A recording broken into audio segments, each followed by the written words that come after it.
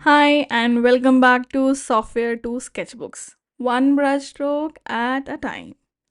Today, I want to take you back to something that's been with me long before I ever picked up brush professionally, my love for animals, and more specifically, my obsession with big cats.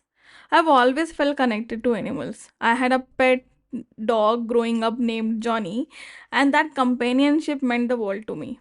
But there was something different about the wild animals, especially the big cats, lions, tigers, leopards, cheetahs. They have fascinated me since I was a child.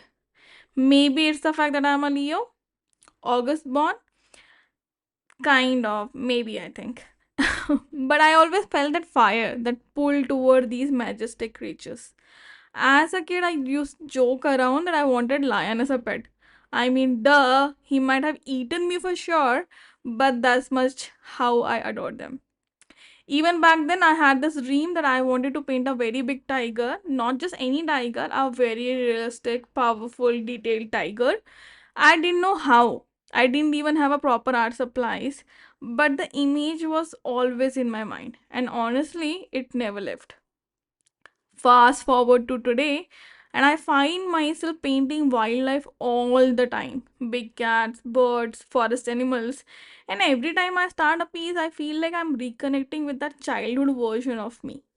The one who already knew that these animals were part of our world.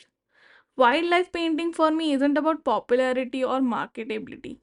It's something much more deeper.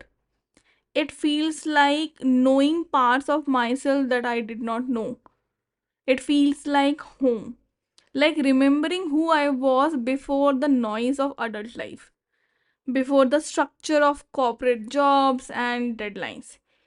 Each painting is like a return to instinct, to stillness, to something wild and sacred. I think we all have that one subject, that one feeling that coming back to us, even as everything else changes. For me, it's the wild, especially the big cats. They are not just subjects on canvas, they are souls on symbols. They hold something powerful, grateful, untamed that I always wanted to embody in my own life. Like when I paint birds, I feel freedom. When I paint big cats, I feel power, that wildness. And if you are someone who keeps getting pulled towards something, a subject, a color palette, an animal, a feeling, and you don't know why yet, please trust that pull. Trust your instinct. It may not match the trends, it may not even fit into the world that says art should be blah blah blah. But it keeps calling to you quietly, persistently. It's probably coming from somewhere true inside you. So start looking within.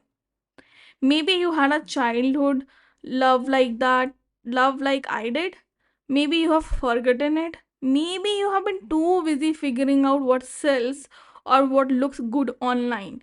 But your real art, the kind of that lights you up when no one is watching, it's not out there.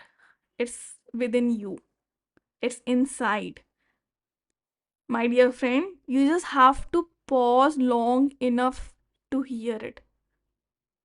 Sit in silence. And once you let yourself follow that thread, even if it makes no sense to anyone else, I promise that's where your voice begins. So today, I hope this episode reminds you to go back to the wild within you, whatever that looks like. Thanks for letting me share my story. I hope it nudges you closer to your own. I'm gonna see you in the next one where I'll be talking about why I don't follow art trends. Until next time, bye bye.